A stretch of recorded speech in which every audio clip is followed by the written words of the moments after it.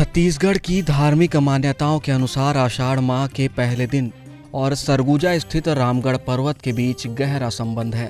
सरगुजा जिले के उदयपुर विकासखंड में स्थित रामगढ़ पर्वत पर हर साल विशाल मेले का आयोजन आषाढ़ माह के पहले दिन किया जाता रहा है।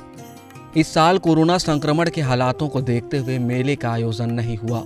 ईटीवी भारत आषाढ़ माह के पहले दिन आपको रामगढ़ पर्वत के साथ उसकी विशेष मान्यताओं के बारे में बता रहा है। इसके लिए हमने शोधकर्ता से चर्चा की है। रामगढ़ की धरती, रामगढ़ का पर्वत जो है कालिदास और मेघदूत से जुड़ा हुआ है।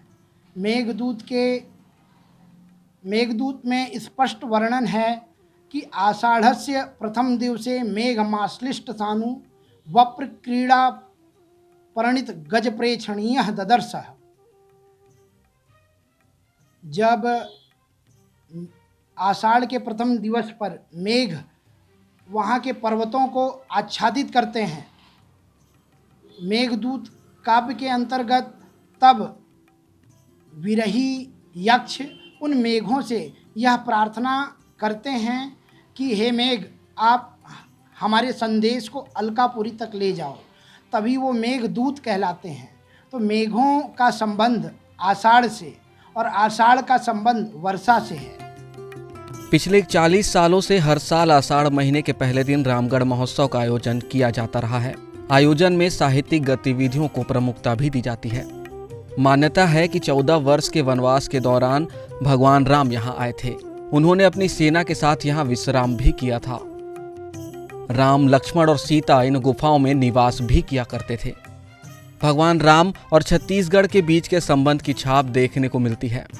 यहाँ शोधकर्ता आकर मेघदूतम और रामगढ़ पर किए गए शोध के बारे में बताते हैं। वहाँ जो कार्यक्रम होते हैं वो मुख्य कार्यक्रम पुरातत्व को लेकर होते हैं और साहित्य को लेकर, क्योंकि आषाढ़ के प्रथम दिवस का उल्लेख जैसा कि कालिदास के मेघदूतम में है, इसलिए आषाढ़ के प्रथम दिवस पर ही कार्यक्रम होता है। और रामगढ़ का राम से भी संबंध है। भगवान राम के आने और रहने का, भगवान के पद चिन्हों का भी मेघदूत में वर्णन है, इसलिए वहाँ का धार्मिक महत्व भी है। इसलिए वहाँ धार्मिक आयोजन भी होते हैं। लोग ऊपर रामगढ़ की पहाड़ियों पर चढ़कर भगवान रामलला के दर्शन भी करते हैं और नीचे साहित्य अनुरागियों के द्वारा विभिन्न तरह के साहित्यिक कार्यक्रम, जैसे कि पुरातत्व पर शोध, रामगढ़ पर शोध कि रामगढ़ क्यों, यहाँ पर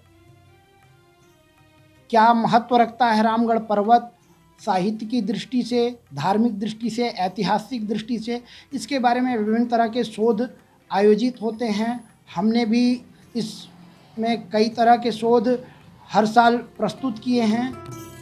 वर्षों से रामगढ़ को राम के प्रतीक स्वरूप विश्व पटल पर शामिल करने के लिए प्रयास किए जाते रहे हैं, लेकिन अब तक रामगढ़ को वह पहचान नहीं मिल सकी है।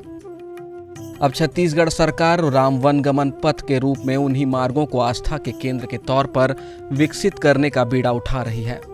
देश दीपक गुप्ता, ईटीवी भारत, सरगुजा।